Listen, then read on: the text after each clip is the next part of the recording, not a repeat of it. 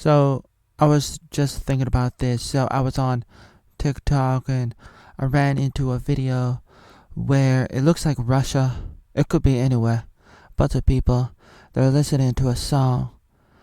I think it's like the U2 band where they're singing about it's too late to apologize. There's like thousands of people.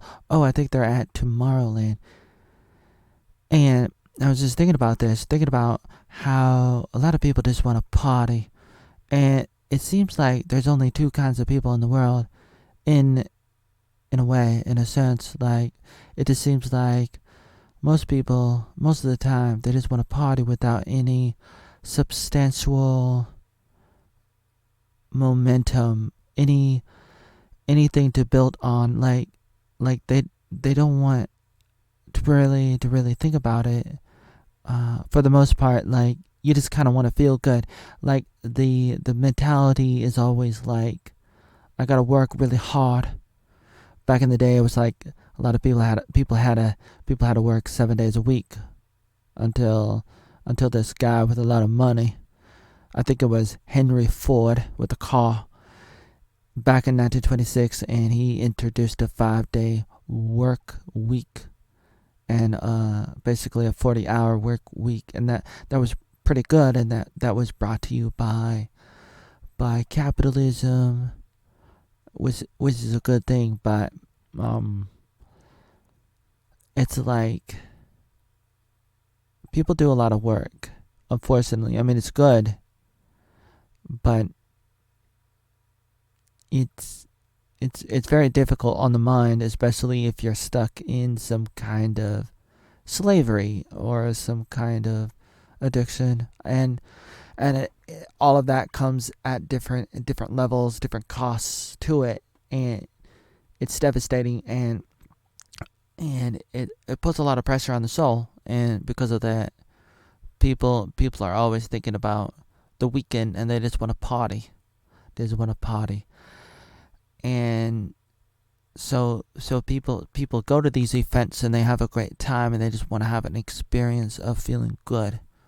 They want to do something fun, see a movie, go to a concert, have a lot of sex, a lot of whatever, some kind of addiction.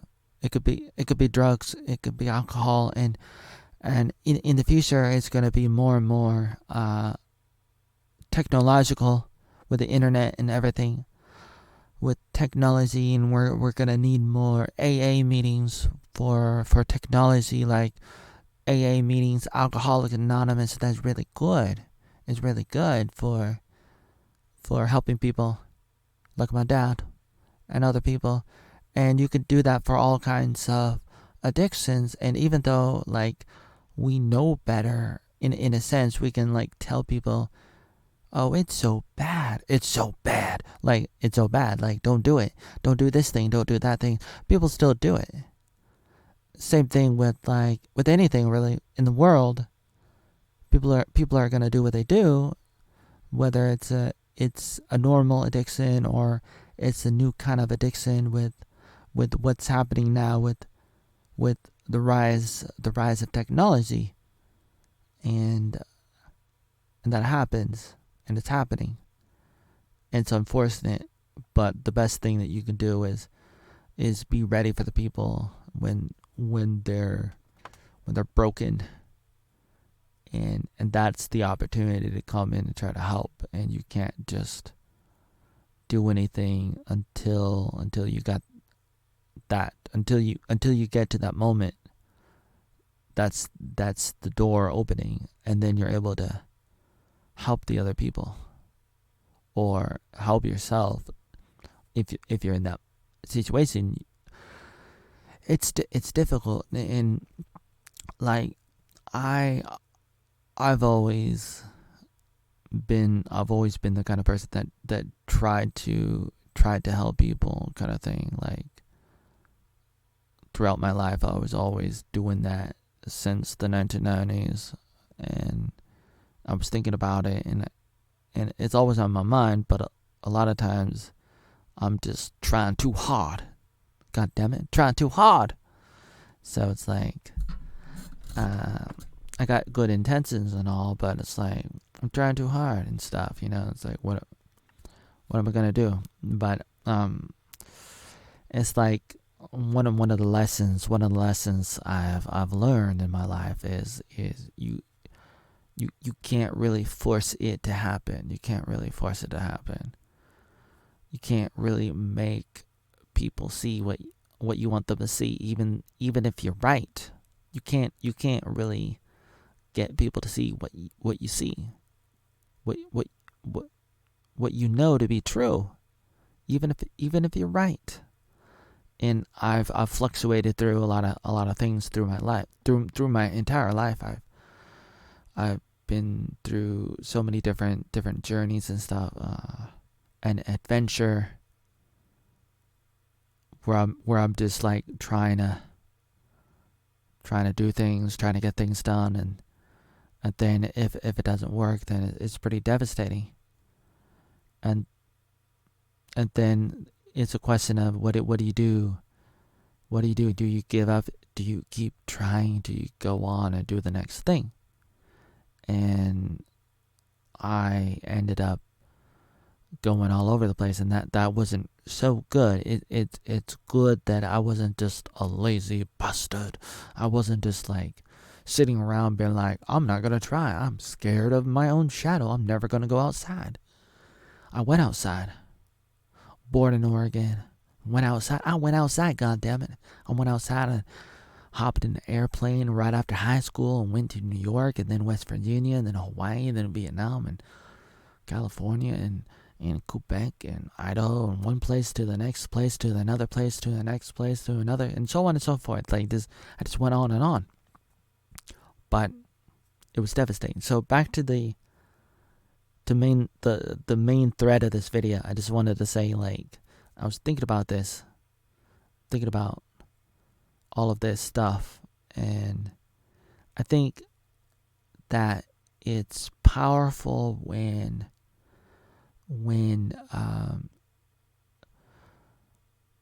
good people are able to influence the culture in a pretty meaningful way.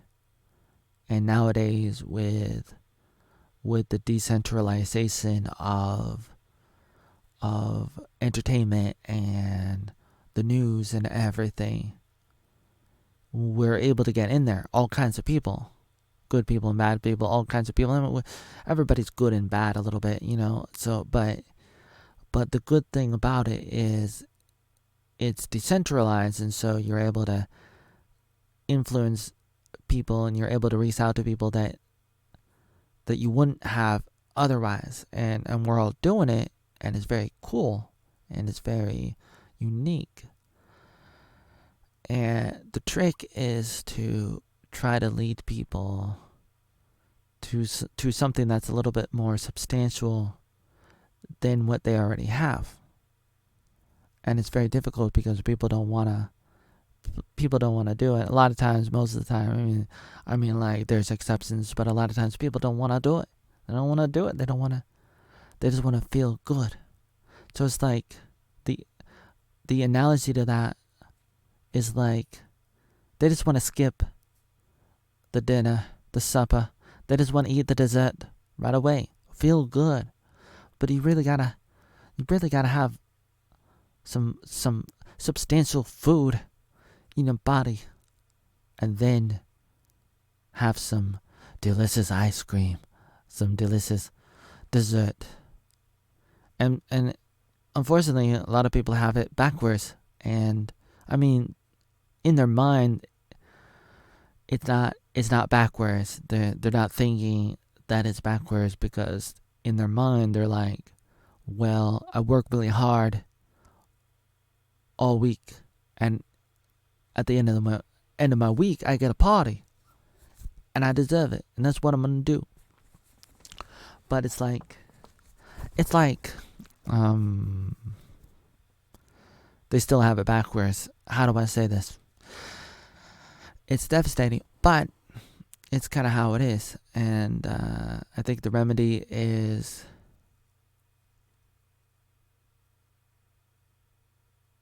like having cool videos out there for people to watch, and helping people wake up and see that there's more out there than what they realize. I mean, at the same time, it's like there is something that you can get out of almost anything, like out of any movie, any song. Like, entertainment and culture is not all for nothing. There's a little bit of something there, and there's some value there. There's a little bit of value there, but it's like, is it enough for the average person? Are they gonna be able to get something out of it? Are they gonna be able to know what to look for, and will they know how to extract the little nuggets of wisdom out, the little nuggets of truth out? I don't know, but I think more and more people are, like, more and more people are doing that, and then they're posting it on social media, and they're uploading videos talking about it. Like, for example, there are people who do the reaction videos to movies and shows. For years and years, people have been doing this. They've been doing this, and more now they've been doing it, and it's good. It's really good to have all this competition, to have all these people doing it. Before, it was only a few people, pretty centralized, and now you got a lot more people doing it.